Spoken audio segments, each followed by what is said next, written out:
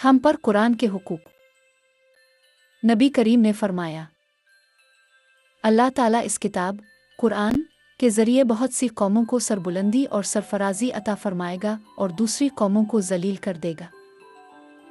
दुनिया में हम हर किस्म के हुकूक की बात करते हैं। कहीं औरतों के हुकूक की बात हो रही है तो कहीं मर्दों के हुकूक की। शौहर को अपने हुकूक की फिक्र है, बीवी को अपने हुकूक की। वालिदैन अपने हुकूक की बात करते हैं और बच्चे भी अपने हुकूक की बात करते हैं। यहाँ तक कि हम जानवरों के हुकूक की बात भी करते हैं।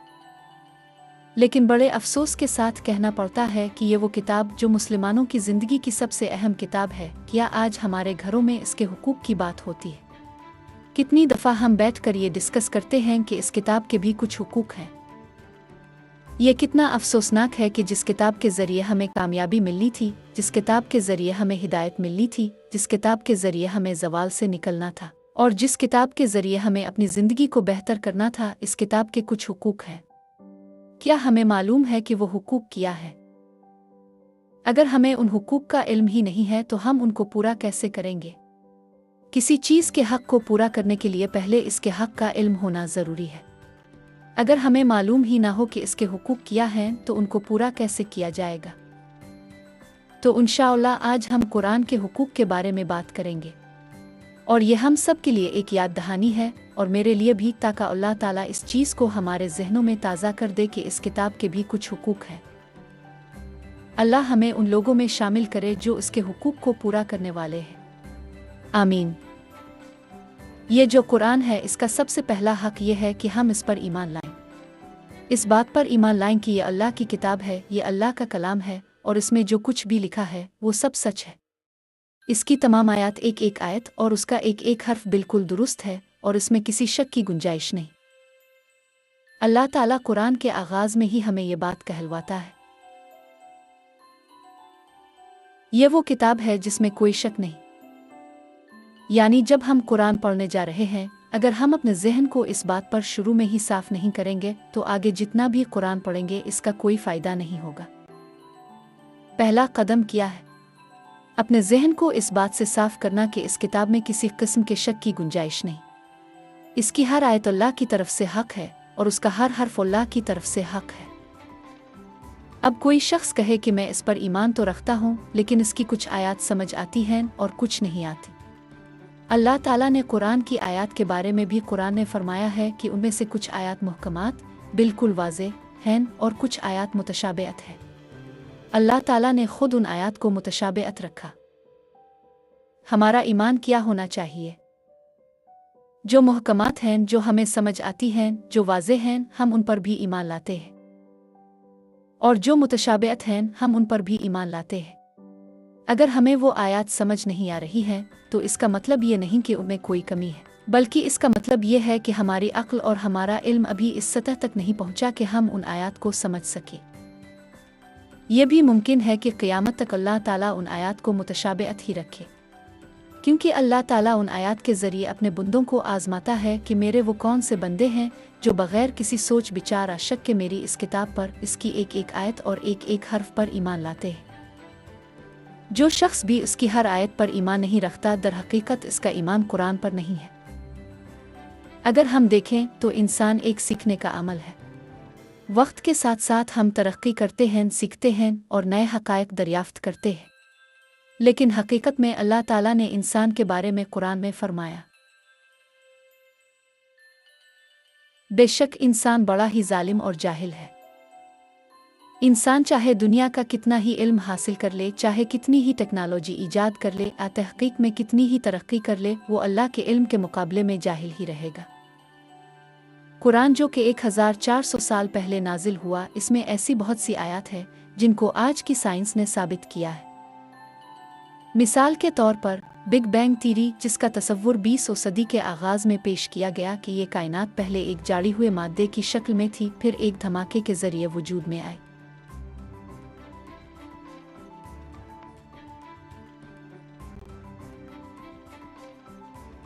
क्या उन लोगों ने जिन्होंने कुफ्र किया ये नहीं देखा कि आसमान और ज़मीन एक जुड़े हुए मादे की तरह थे, फिर हमने उनको जुदा किया।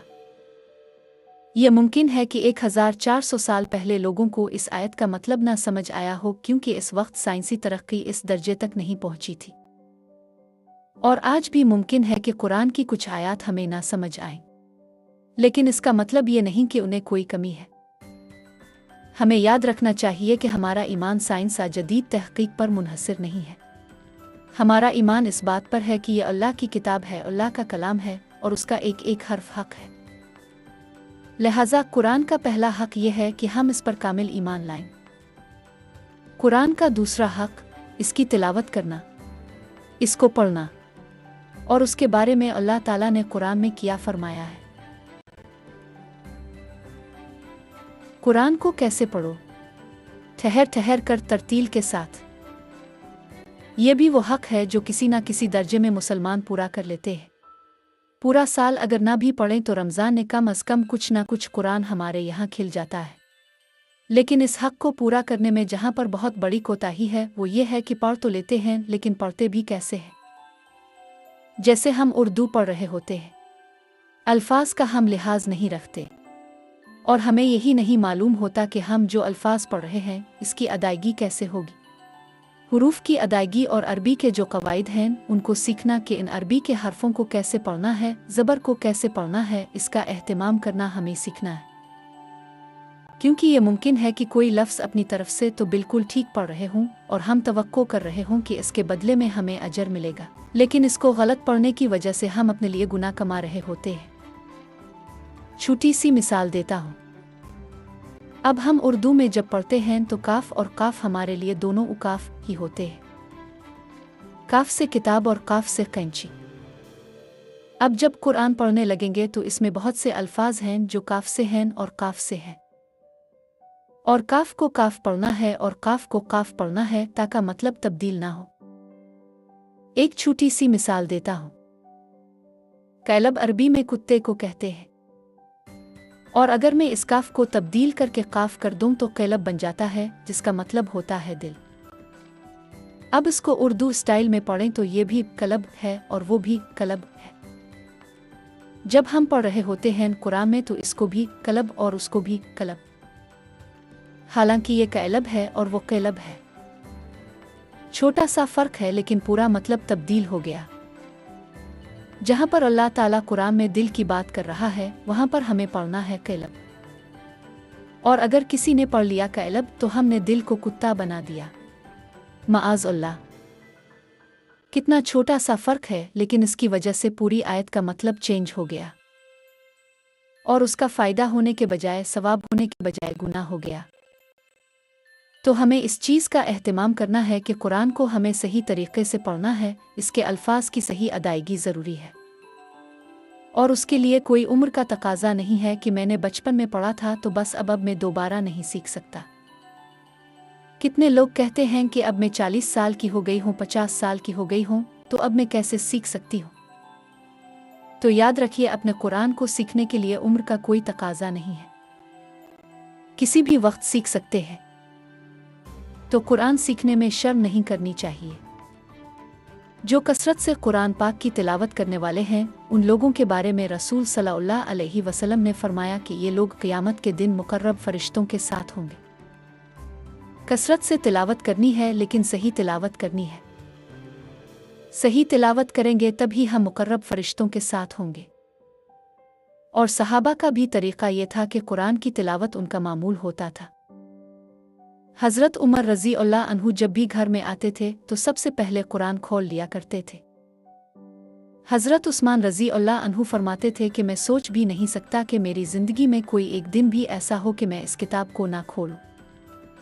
तो सहाबा की ज़िंदगियों में कुरान से ताल्लुक़ के बग़ैर तसव्वुर ही नहीं था।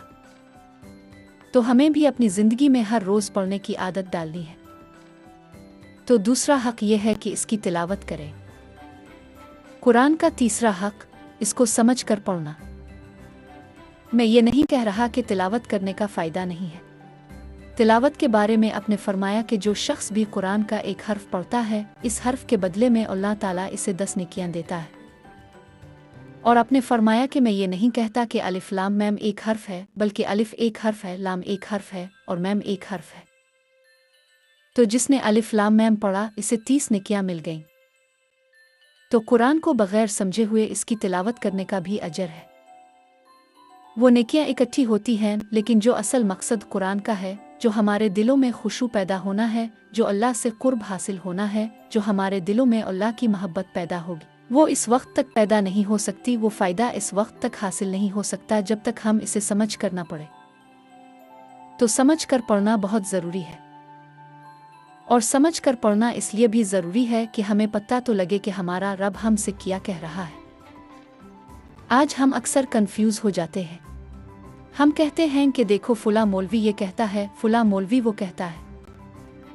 तो अक्सर लोग कहते हैं कि मैं तो बहुत कंफ्यूज हो गया हूँ। एक मौलवी, दूसरा मौलवी, तीसरा मौलवी, चौथा मौलवी, सब अलग अलग बातें करते हैं।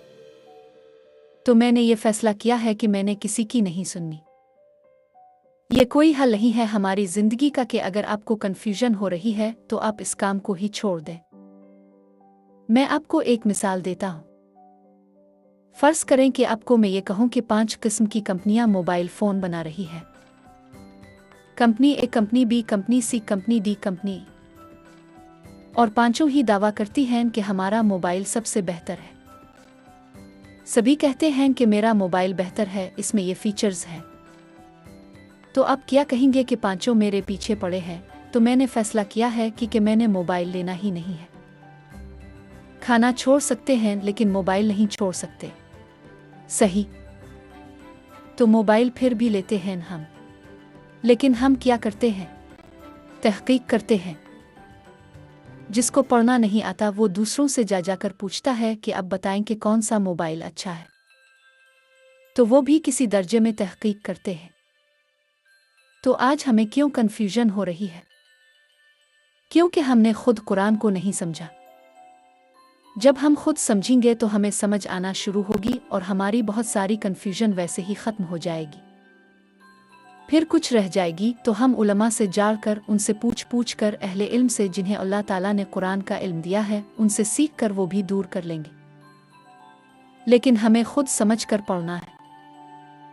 समझे बगैर हम पढ़ेंगे इसका फ़ायदा नहीं होगा, और जो फ़ायदा हकीकी है वो हमें नहीं मिलेगा। अजर तो मिल जाएगा। तो तीसरा हक यह है कि इसे समझ कर पढ़े। कुरान का चौथा हक, इस पर अमल करना। समझ कर अगर अमल नहीं किया तो हमारे लिए इसका कोई फ़ायदा नहीं है। सहाबा किराम का क्या तरीक़ा था?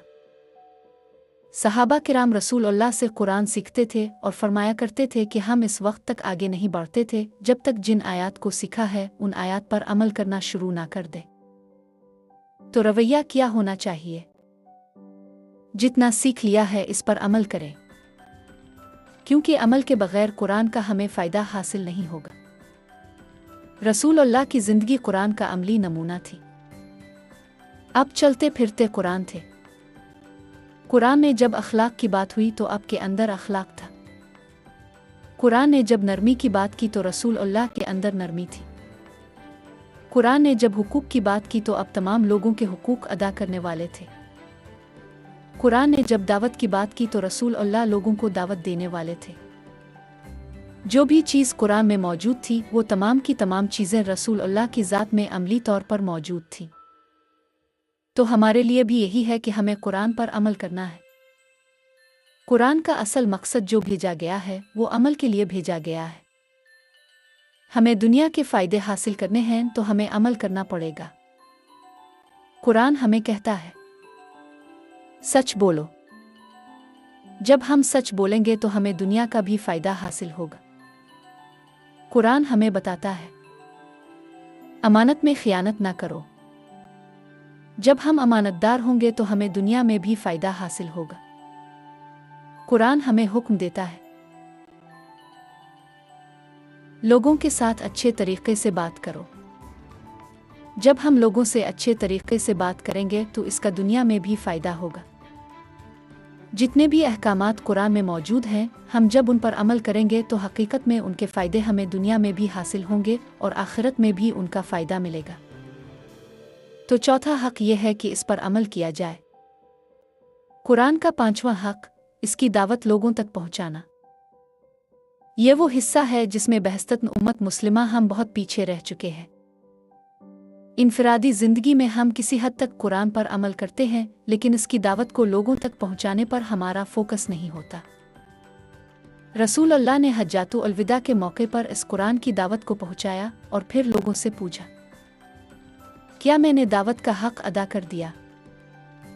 تو لوگوں نے کہا، ہاں، آپ نے دعوت کا حق ادا کر دیا۔ اس کے بعد اپنے 3 مرتبہ فرمایا، اللہم اشہد و اللہ، تاو گواہ رہنا کہ میں نے پیغام پہنچا دیا۔ پھر اپنے لوگوں کو فرمایا، جو لوگ یہاں موجود ہیں وہ اس پیغام کو ان لوگوں تک پہنچائیں جو یہاں موجود نہیں ہیں۔ یہ ذمہ داری رسول اللہ نے امت کو دی کہ اس پیغام کو پوری دنیا تک پہنچائیں۔ یہ ہم سب کی ذمہ داری ہے۔ اللہ تعالیٰ نے قرآن نے بھی ہمیں اس دعوت کے بارے میں بار بار حکم دیا۔ تم بہترین امت ہو جو لوگوں کی ہدایت کے لیے بھیجی گئی ہے، تم بھلائی کا حکم دیتے ہو، برائی سے روکتے ہو اور اللہ پر ایمان رکھتے ہو۔ یہ ذمہ داری اللہ تعالیٰ نے بہستت امت ہمیں دی ہے، اور جب ہم لوگوں کو دعوت دیں گے تو اس کا ذریعہ کیا ہوگا؟ رسول اللہ نے بھی جب صحابہ کو دعوت دی تو کیا آپ انہیں قرآن سنایا کرتے تھے۔ نجاشی پر جو چیز اثر انداز ہوئی وہ کیا تھی؟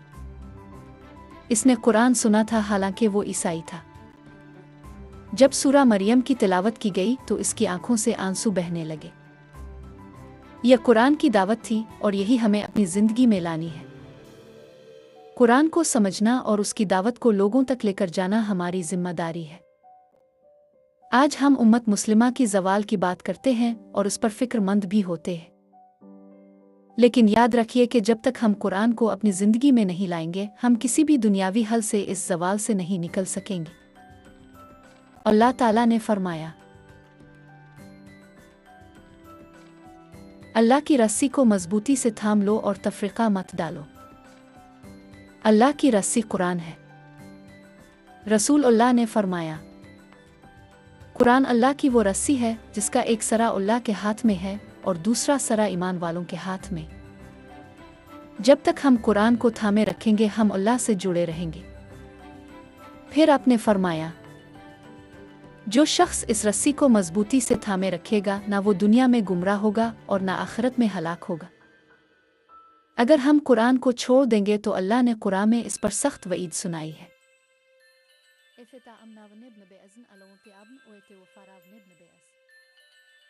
کیا تم کتاب کے بعض حصے پر ایمان لاتے ہو اور بعض کا انکار کرتے ہو؟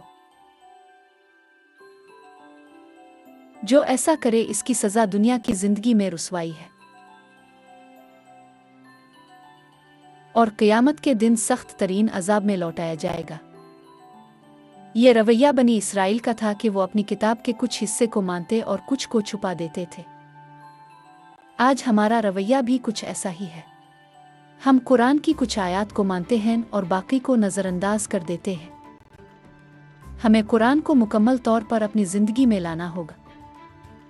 جب ہم ایسا کریں گے تو انشاءاللہ ہماری انفرادی زندگی میں تبدیلی آئے گی، ہمارے گھروں میں سکون آئے گا، ہمارے معاشرے میں برکتیں نازل ہوں گی۔